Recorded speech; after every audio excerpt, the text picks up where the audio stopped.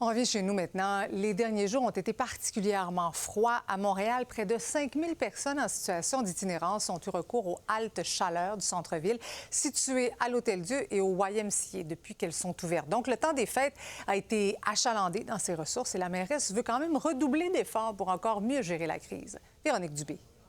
Vous arriviez de quel pays? Je viens de l'Afghanistan. Mohamed, 69 ans, est arrivé au pays en 2004 après que sa maison ait été bombardée. Il a subi d'importantes blessures. Opération ici. Et on arrive, on dans ma dos, on dans ma jambe. Ma papa, ma maman, toute la famille mourir. J'ai beaucoup de problèmes de santé. Voilà qu'il est maintenant à la rue et étant donné qu'il est à mobilité réduite, on ne l'admet pas dans les refuges. C'est pas normal. Chaque jour, il va donc de place en place. Il passe sa journée caché au Centre Bell jusqu'à 2 heures du matin. Par la suite, il va à la mission Bon Accueil pour enfin venir prendre sa douche et manger dans cette halte chaleur mise en place par la ville. Ça débordait à la mission Bon Accueil? Oui, Donc, vous vous êtes retrouvés ici? on m'a dit qu'aller ici pour la douche. Les bénévoles des 6 haltes chaleur mises en place par la Ville de Montréal ont eu beaucoup de travail durant le temps des fêtes. Pourtant, ça fait 35 jours qu'ils travaillent chaque nuit. 35 jours? Oui, pour la cause que ça représente, l'aide à la population, c'est vraiment des belles valeurs. Là, puis j'aime vraiment ce qu'on fait ici. Là.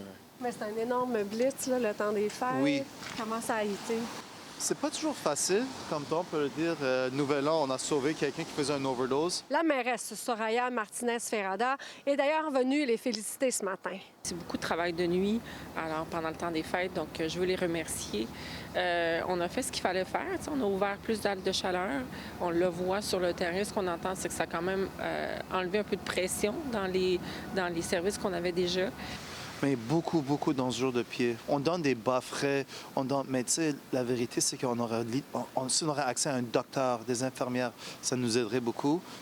Mais on essaie de travailler en partenariat avec le système de santé pour qu'ils puissent faire des démarches. On a mis une navette en place qui pourrait les amener en urgence vers les hôpitaux. Mais il y a encore du travail à faire, ne serait-ce que pour publiciser davantage la présence de ces haltes sur le territoire. Il y a un accès coordonné pour qu'on puisse rapidement amener cette personne-là puis garder le lien de confiance avec la personne qu'on reçoit. Ça, c'est la première chose. Donc, un accès coordonné, ça va être à travailler durant l'année qui s'en vient. Dès maintenant qu'on regarde au niveau de notre territoire où on a besoin d'avoir ces haltes chaleurs, c'est quoi le nombre qu'on a besoin. Puis je l'ai toujours dit, je veux des lits, je veux pas des chaises. Ce que je nous souhaite en 2026, c'est deux mots, efficacité, dignité.